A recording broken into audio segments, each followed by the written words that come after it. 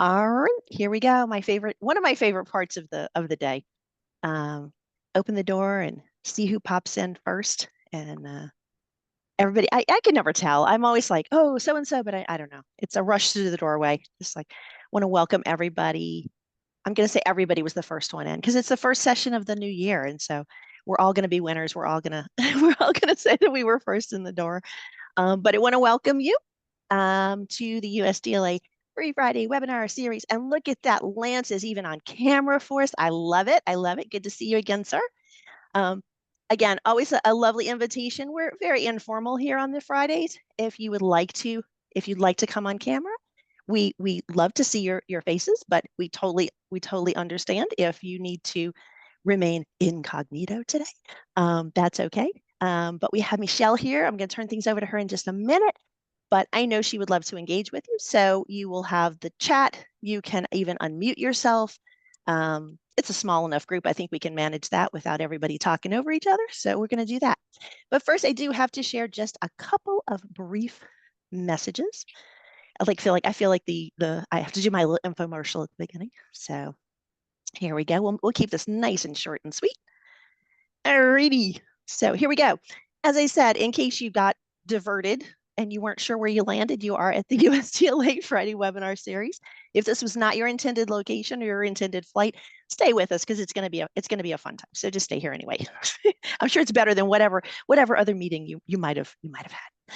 But we do have Michele Carlisle here today. She's going to talk about the Ohio chapter and some amazing things that they have done and she has done, and all the cool stuff about Ohio and elsewhere. Because I always tell people this may have said that, it may have said on here, Ohio chapter, but the beauty of these sessions is that we get to all learn from one another, and you're going to find things that are similar to where you are, different than where you are. So while I'm chatting away, if you want to go ahead and find the chat box and let us know where you are joining from today. Let's see if we have a bunch of people who joined from Ohio. I know, because I know a few of these people, they're not in Ohio. So I'd love to see where everybody is, so you see that we're all gonna collaborate and learn some cool stuff together. Also, today's session is recorded, as are all of our sessions. Most of them go over to our YouTube channel, which is simply usdla.tv. Very easy to find. There's lots of great content over there. You can go check out the past episodes and see all the previous webinars that you might have missed. There are a few webinars that have to remain in the member archives for various reasons. So if you are a member, you get unlimited access to all of the recordings, so you don't miss out on anything at all. So if you're not yet a member, we'd love for you to consider joining us. If you need more information, you can go to the website, or you can talk to me or anybody else here at USDLA. We'd be happy to help. Also, want to remind you, the other big webinars we have for January is January 21 through, it's technically the 23rd. We're going to take Friday off. 21st to the 23rd, we're going to have our Public Policy Week webinars. It's 6 sessions. It's 2 per day. And it includes people like our friends from NC Sarah and SAN coming in to talk about that side of the legislative policy space. And then we have other speakers coming in like our friends Ray Rose and Mary Rice, who are going to be talking about accessibility. They also are going to be with us at the conference doing a great half-day workshop, getting everybody ready for those 2026 accessibility legislative requirements. So if that is something of interest to you, definitely want to check out what we're doing at the conference. I'll talk a little more about that in a second. Our early bird registration for the conference does end on January 31st. It is in St. Louis again this year, but we're at a different hotel than last year. So if you joined us last year, slightly different location. We're there June 23rd to the 26th. And I mentioned a workshop. The beautiful thing about our conference is I can say, having gone to more conferences than I probably should, that it is definitely one of the best values I've seen, because everything is included. You're getting at least 4 great keynotes, 12 workshops. Some of them are full day, half day, 90-minute. It's a variety. One of them is an actual certification program. You can come and get your level 1 of 3 level certification from Sententia Games. They do a gamification certification that's recognized by ATD, SHRM, and others. So we have some very special workshops this year. You're going to want to stay tuned, watch the newsletter for more information about those and on the website. Also, you can attend our awards luncheon where we celebrate the best and brightest and all the things, including literally best and brightest. One of the awards is for the Rising Star, which is for a younger member of the distance learning community. And we have some other awards. Again, more information can be found in our upcoming newsletters and on the website. And then also, we do have lots of content, lots of concurrent sessions. But what makes our conference really special, what we hear every year is people come and they're like, yeah, the sessions are great and all, but we really appreciate the fact that it's a relatively small group and you can really sit, meet people, network. We have a lot of networking activities scheduled. So you have some structured networking and some unstructured networking and all sorts of just fun and mayhem and everything's going to be going on. So if you want more information, again, you can go to the website or talk to any one of us. Finally, I do want to take a moment to recognize all of our amazing sponsors without whom we would not be able to provide all this great content for free, especially because we are here almost every Friday, not quite every Friday, but almost every Friday. And so we have at the top, we have our platinum sponsor. That's John Chen with Engaging Virtual Meetings. He will again this year be our virtual producer on site. Again, something very popular at the conference. He brings his whole setup. He'll tell you everything you ever wanted to know. He'll answer all your questions about how he makes the magic happen. So he'll be there again. Our gold sponsors, long-term supporters, Google, Instructure, and Verizon. We have our silver sponsors who also have many of these will be with us at the conference. So you'll be able to talk to them in person, which is always nice to, I heard some lovely conversations last year. And I don't want to leave out our bronze sponsors and our exhibitors and friends, a whole host of them. If you see a name on here that you recognize because you work with them, please reach out to your rep. They would love to hear from you. They'd love to tell you what's coming, to hear from you what you would like to see coming. They love to have those conversations with you. Please reach out to them. And if you see a name on here that you do not recognize, please go check them out. We have all the links in the newsletter and on the website. Please go check them out, find out more about what they do because our sponsors do really run the range, products, services, everything that you can think of that you would need to perform the best distance learning opportunities possible. So please go check them out. All right, without further ado, I am going to stop sharing and I am going to turn things over to Michele. I didn't bring your bio because usually I was like, she's going to introduce herself. I know. So we're going to do it very informal today. So thank you so much for being with us today, Michele, and it's on to you. Thank you so much for having me. I'm very grateful to join the team and present what the Ohio chapter of Distance Learning Association is trying to accomplish. My name is Michele Carlisle. I'm from New Philadelphia, Ohio, very small rural section of Ohio. I was explaining to Valerie, it is the southernmost tip of Northeast Ohio. So when you look at the map of Ohio and divide it into quadrants, I'm in the southern corner of what we call Northeast Ohio.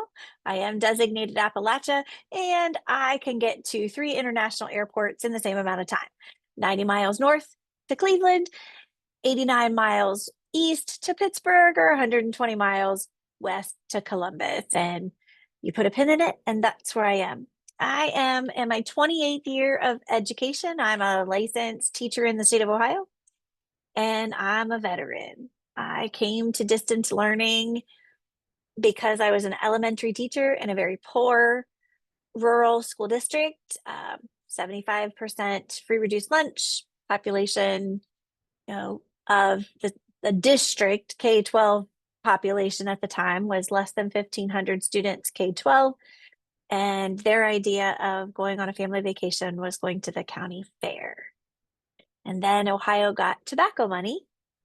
And with the tobacco money, they offered RFP grants for video conferencing equipment. And they had 2 tracks, schools and content providers.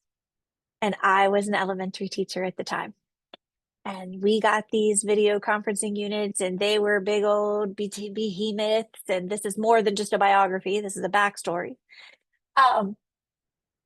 And my now ESC, then Educational Service Center for the school district of which I was teaching, opted to deliver courses with their video conferencing equipment instead of just field trips. And so in 1999, our high school got the first VTEL unit, and we were a partner of the ESC. So we had 12 high schools, and the rule was you had to take a class to share. You had to share a class to take a class. And the goal was we had one county school offering AP courses, and none of the rest of our districts had any access to AP courses. And in Ohio, if you're not familiar, Ohio is not a county-based academic system. We have almost 700 individually governed school districts in the state of Ohio, and we do not operate in a county model. Each governing board is governed by its own superintendent and its own taxpayers in the state of Ohio. So we course shared, and I, as an elementary teacher, realized that that was my ticket to get my kids out of Tuscarawas County because all the field trips were coming on board. You know, all of the content providers were getting that same access to that equipment and that money and that development. And I'm like, I need that for my elementary students so they can see what the world is. And my tech cord said, but it's for courses. And I said, but it can be for content. He said, well, then write another grant. And I did. And I got the second consortia grant here for elementary content only, and then moved to the ESC. So I've literally been involved with video conferencing in the state of Ohio since we've had video conferencing. And that's not my only job. I manage a large world language program. I have a staff of 20 teachers this year. I fluctuate between 20 to 24 teachers, and we deliver world language courses through video conferencing. And I still sit in the technology department since video conferencing landed in technology when I came to the ESC in 2005. As part of that, collectively in the state of Ohio, when the grants dried up, those of us that still were active with video conferencing, we've stayed very close. So even though there's been quite a few retirements, the core of what is now Ohio Distance Learning Association, we've been together for quite some time as school districts or content providers or ESC support providers, or sometimes like me, all three. So we've worked for quite a long time bringing content and providing support through what is now our Ohio Distance Learning Association chapter to the state of Ohio. So today I'm going to be sharing some of the ways we collaborate. And if it's okay, I can go ahead and get started. But if there's already questions, I can stop at that point. No, I think you've got them very intrigued though. I can see, All right. and we got more people coming in. So I'm gonna let more people in while you share. Perfect. I'm going to go ahead and share my screen. As I was telling Valerie, I did a Canva presentation because, other presentation models are extremely boring, but then, Canva can be quite fun to share as well. And sometimes it doesn't quite operate the way you want it to. Ohio's Distance Learning, Ohio DLA is, like I said, it's made up of a collection of educators, technology professionals, school teachers, and content providers throughout Ohio. Our Ohio DLA board has been involved in statewide video conferencing initiatives in many cases since the beginning, with state grants beginning as soon as, as early as 1999. We are K-12 focused in our chapter. And one of the key events that our chapter is involved with, in addition to collaborations, which are always free, we are an integral part of the annual planning of the Ohio Educational Technology Conference. OETC is a conference that historically takes place in or over Valentine's Day in Columbus, Ohio. It has been a 3-day educational technology conference since 1996, maybe 1997. And we collectively, those of us still involved with video conferencing, have been a part of the planning of the overall conference. We have an entire track for video conferencing, usually more virtual focused, more live virtual focused than asynchronous.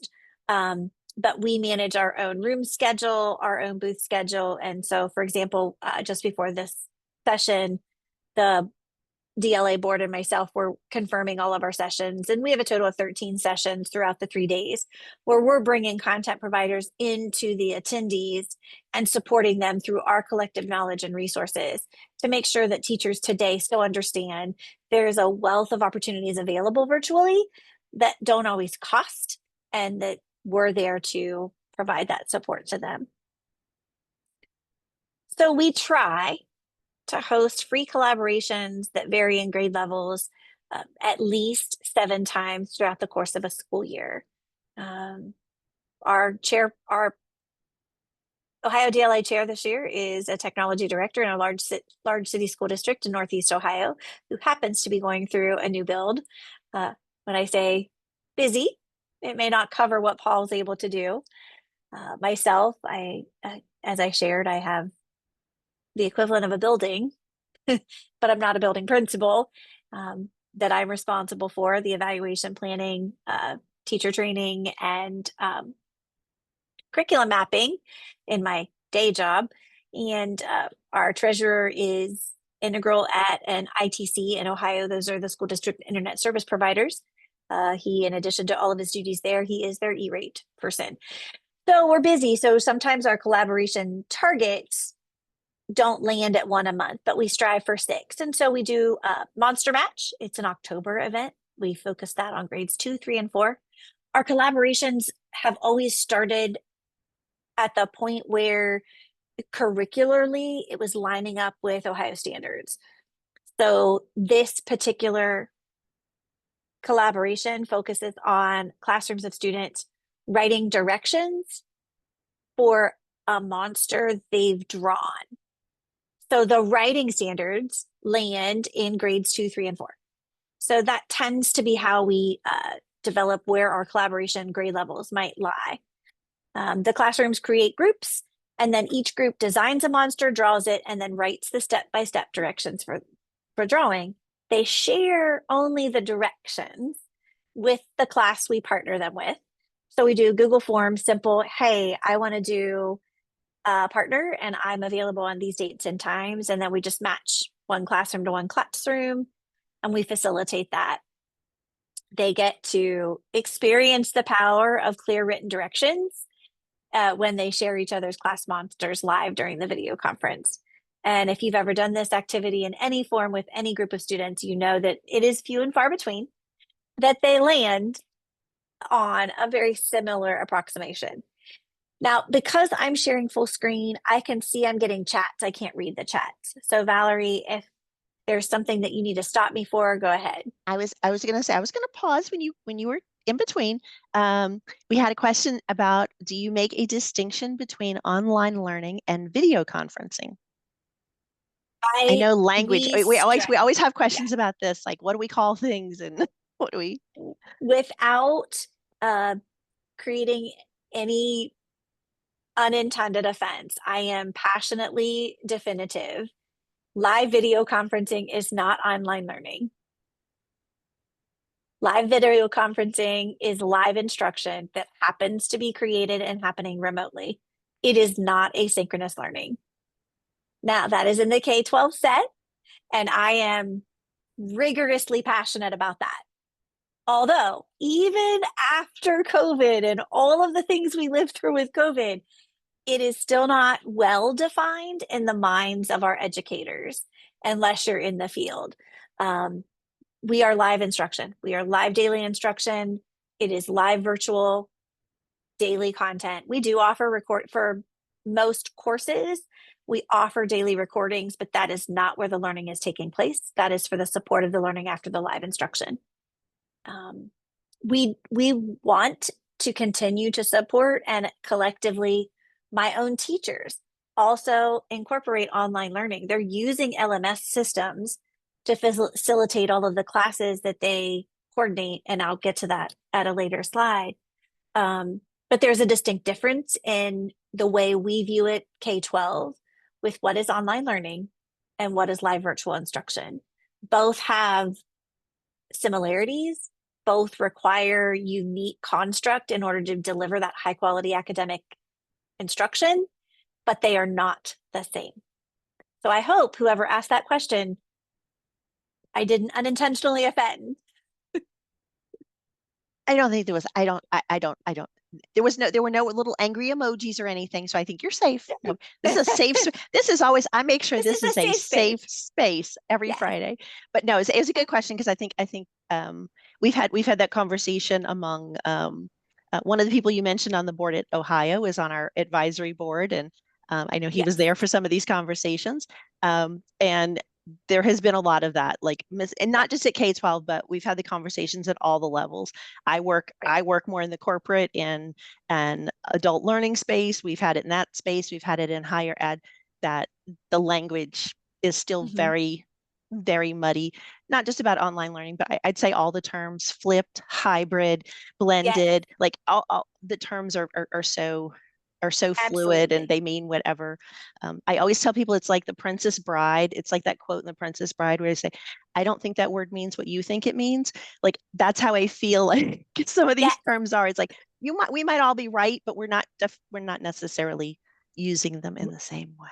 But anyway, exactly. That's okay. my, So, yeah. what I really wanted to do was get on the same page with you. I teach a, uh, an online virtual class synchronously.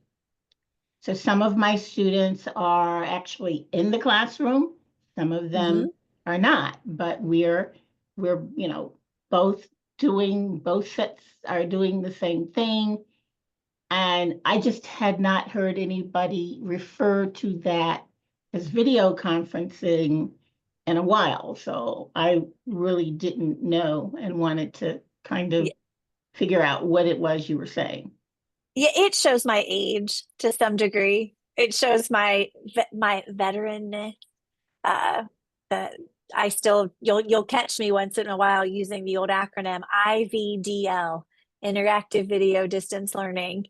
Um, but yeah, it's live remote instruction is where I tend to um, prefer to land. Um, and then in my head, I always think of online learning being that more asynchronous, internet access anytime, anywhere, whereas my virtual instruction is a set space and time. And so, Yeah. yeah. Yeah, it is. It's nice. I was saying in the corporate space, we call it VILT for virtual instructor led training. So Oh, everybody's got yeah. their own, which I think has it encompasses what you're.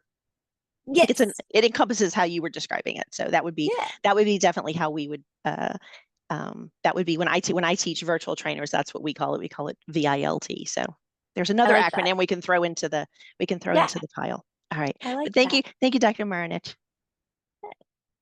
So another program we offer, obviously high school based, and in Ohio, Holocaust is touched on in middle school now in social studies in terms of World War II, but the content, the especially when we have a first generation survivor, which they are few and far between now, but we tend to keep this at the high school level in November or March, just depending on if it's a semester based class or.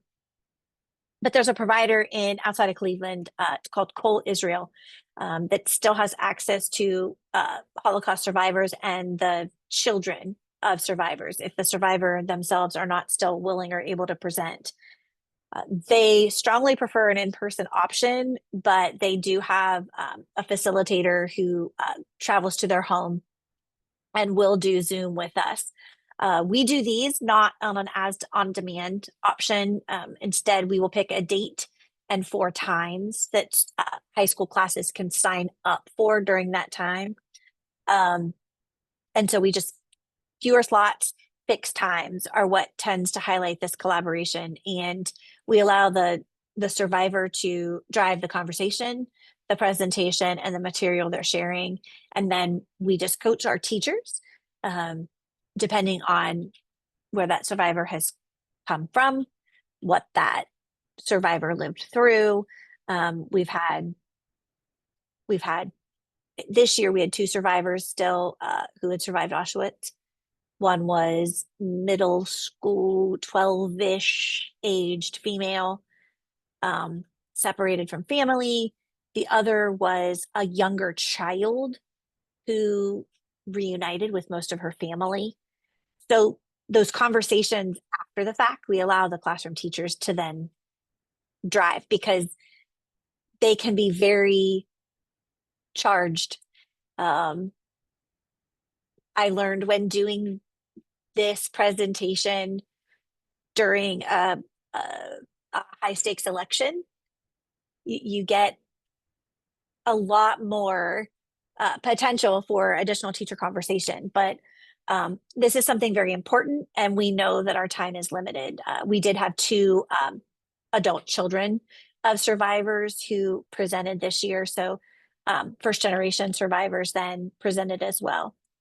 And it's something we like to offer for that historical standpoint. Math Marvels target that young middle school age, and they develop written story problems and collaborate. So each classroom develops a set of story problems based on what they're learning, and then they share the story problems and solve the problems when we connect. So it's low lift in terms of what we're doing as Ohio DLA board members or support, but it's low lift, high impact. It allows those students from varying parts of our state to interact and engage. And it's a low threat to the classroom teacher who, if you're not supporting teachers daily post-COVID, it's actually changed the landscape and mindset of using video conferencing with classes and classrooms. I'm a content provider too, so early on I had developed elementary content to deliver out of the ESC. Pre-COVID, you had a set, like, I transitioned from a Polycom to Zoom, and here's how you connect, and this is what we're doing for pilgrims. And post-COVID, I'm reminding teachers, please turn your document camera right side up. I'm looking at your feet. It's quite bizarre what could have grown and how we've reshaped in a post-virtual requirement. But all of our collaborations are designed to be low lift in the classroom, low lift on the support, and high impact in terms of students interacting with students. Holiday Storytelling event is our largest attended. We partner usually with New York. And this is a 2-day event designed in 30-minute increments from 8:30 to 2:30 on both days. We start the process by inviting superintendents or academic leaders to be the story reader. So the superintendents sign up for time slots. They choose and share the book they're going to share. And then a DLA member hosts each of those connections, whether they're in the room with us or virtually. One of us are the host. We make sure the superintendent or administrator is able to share a digital copy of the book they're reading or can hook up their document camera. And then students join, and they don't have to interact. We are literally a storyteller for the day. And we have some classes that stay on 2 or 3 hours before lunch, that sometimes they just pop on once or twice. This December, which when this was originally scheduled, it was the week before I was going to share the link so that you could have joined your classrooms. Post that, this year we had 152 classrooms join us for the day, of all of the half-hour sessions on Monday, and 138 classrooms on Tuesday. So we don't get student counts for those, but those were the classroom join counts. And we try to keep those books holiday related, but not overly leaning in one area or another, to the best of their ability. In January, we're planning the Mitten, and this again is grades 1 and 2. We're working on reading and writing and researching skills, as well as following directions and speaking. So the Mitten, a Jan Brett story, they have to share clues with each other about what animal they've drawn that's going to go inside of the mitten, going along with the Jan Brett artistic style, as well as the story. Read Around the Planet, we collaborate multi-state. This is not our project on our own. This is something that's been around for many years in a couple of different formats. Typically coincides with the birth date of Dr. Seuss. And we share that out to our classrooms, help our classrooms get signed up, but it is certainly not just an Ohio specific collaboration. One World, Many Languages, I volunteer my language teachers to be active and willing participants, but it's open to language teachers throughout the state of Ohio. It's geared to be at the end of the school year. So in Ohio, it's post exams. We land on the week after AP exams so that our language teachers still have students in the classroom but they're not trying to get to any of those state level or national level tests they need to get to. We invite our language students in those classrooms to develop 20 to 30-minute activities where younger elementary classrooms can join and actually learn the language. So for my own teachers, my own world language teachers, they use their level 2, 3, and 4 students to develop and deliver the content. So it becomes a graded high school language class project. What are you planning to help teach these kindergartners in American Sign Language? And how are you using a tool? What do you expect them to be able to do with you, modeling it? And then when the elementary classrooms connect, the students get the opportunity to practice whatever small, simple language set is being presented. And again, that's a sign up. We do a first sign up for the high school teachers, like what high school teacher, what language, what time of day would you like it? And then we put that Google form back out for the elementary classrooms to see, oh, language, school, time, day, and they can select which class they want to join. For me, at the Educational Service Center, we provide language, world language through Zoom. Given my history, I came from a very deep knowledge of sharing classes and bell times. I'm sure that in your state, high school's bells ring at the same time, start to finish, and it's easy to coordinate from one building to the next. But in Ohio, it is not. I learned the first year I was offering classes here at the ESC in 2007, 2008, that I never again wanted to be told elementary teachers didn't have a schedule, because the first year I was delivering a class of language to a high school, they had 4 different bells, not including PEP schedule bell, for their high school students. They had a Monday bell, a Tuesday block, a Wednesday planning, and a Friday something. And I said, how do you expect the 12 and 13 and 14-year-olds to know where they're going each day? But from that, I knew we had some language deficits. Language teachers retire and are often not rehired. And now we have a teacher shortage that we did not have when I began this in 2007-8. But I share language classes either by the period or by the day through video conferencing. I'm the employee of the teacher, and they offer daily world language classes to the districts purchasing that on the bell of the district. So I have some teachers who teach at the same high school all day virtually, and I have other teachers who teach up to 6 high schools during the day, period 1, period 2, period 3, etc. Live daily instruction. It is for high school credit. Because we're an ESC, you can purchase a service through an ESC, even if you're not an ESC member. And the Distance Learning Association works to promote and coordinate that in terms of supporting within their own region, helping districts who had not previously used video conferencing for daily course sharing.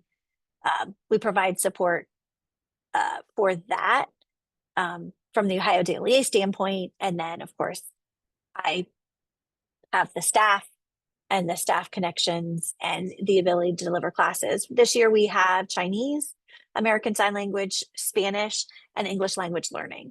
And I offer English language learning because of the 19 school districts in my ESC region to have populations of EL that are measurable. And by that, I define that I have 2 districts whose EL population is now at or about 20% of total K-12 student enrollment. And I have 4 districts who have 1 student who does not call English its first language, their first language. So our struggle in this area, Appalachia, rural, most people look like me. And so when someone who doesn't speak English moves in, there's not the resources internally in the school district to support that learner.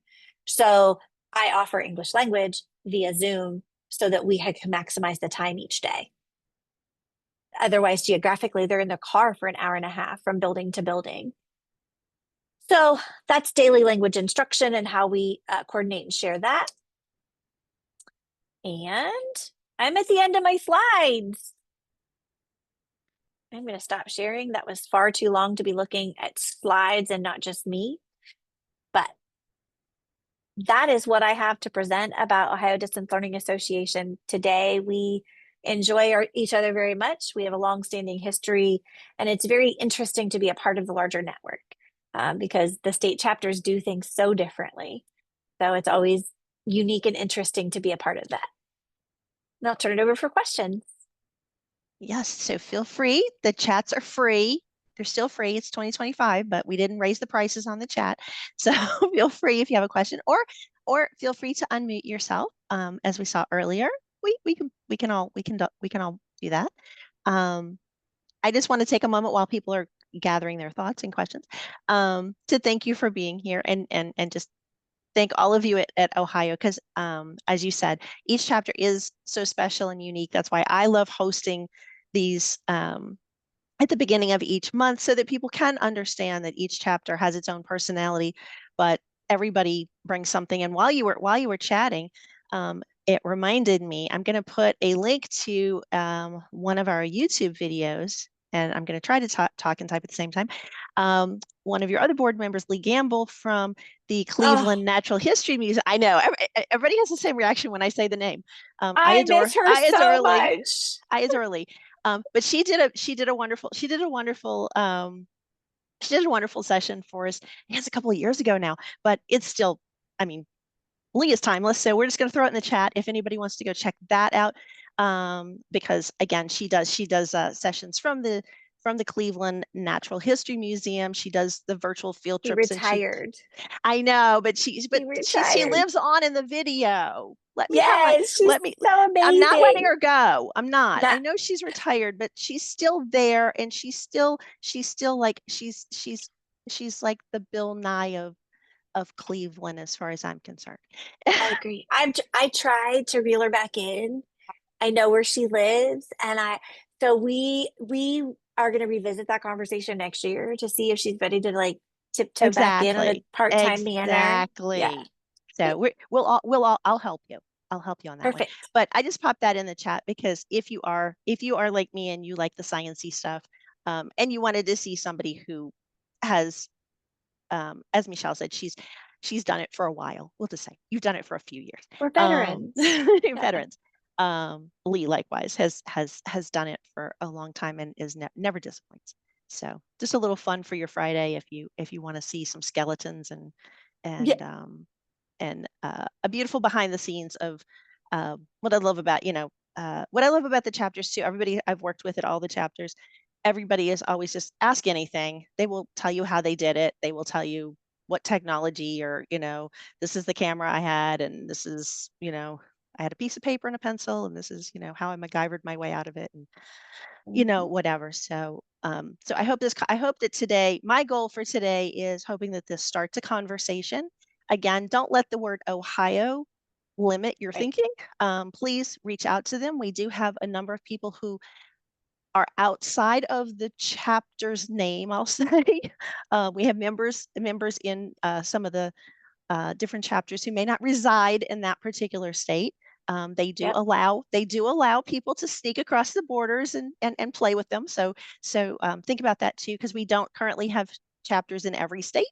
So if you are in a state that you do not see that USDLA has a chapter in, still reach out to us because either we may be able to connect you with a chapter that would be a good fit for you. Like if you were leaning more in the K-12 space, I'm going to direct you to Ohio. If you're leaning more in another space, I might recommend another chapter, or visit them all and see which one works for you. And if you are in a state that does not have a chapter, but you want to have a chapter, we do have a few states that are in sort of the planning stages, because they either didn't have a chapter, or they had one and it kind of went away because people were tired, like Lee.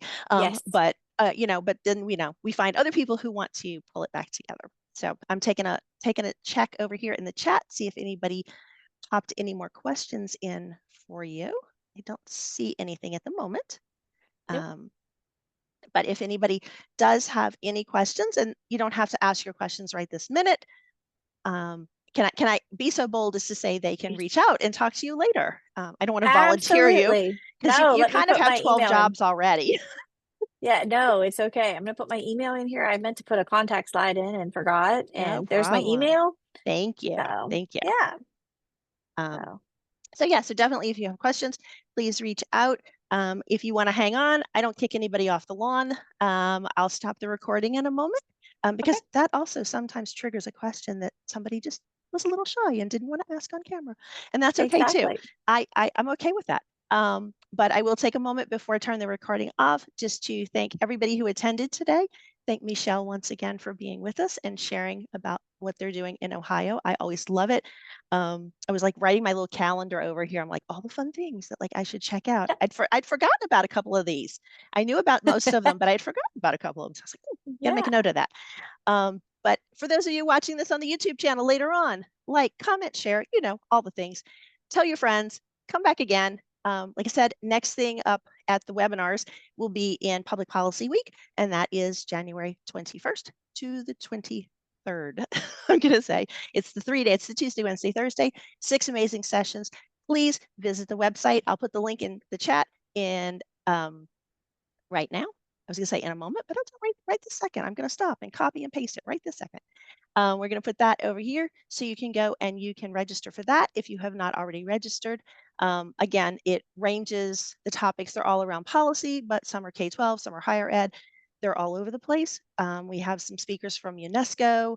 We have, as I said, the ones earlier from NC Sarah, all over the place. We have a number of people talking about all the different things that we might be thinking about. I know things are a little up in the air in the education space. We're in that transition period right now between administrations, and that's always kind of a period of what's going to happen. We're not quite sure all the things that are going to happen yet. So stay tuned, and we will see you again next time. Don't go anywhere. I'm just stopping the recording, but thank you again for being here.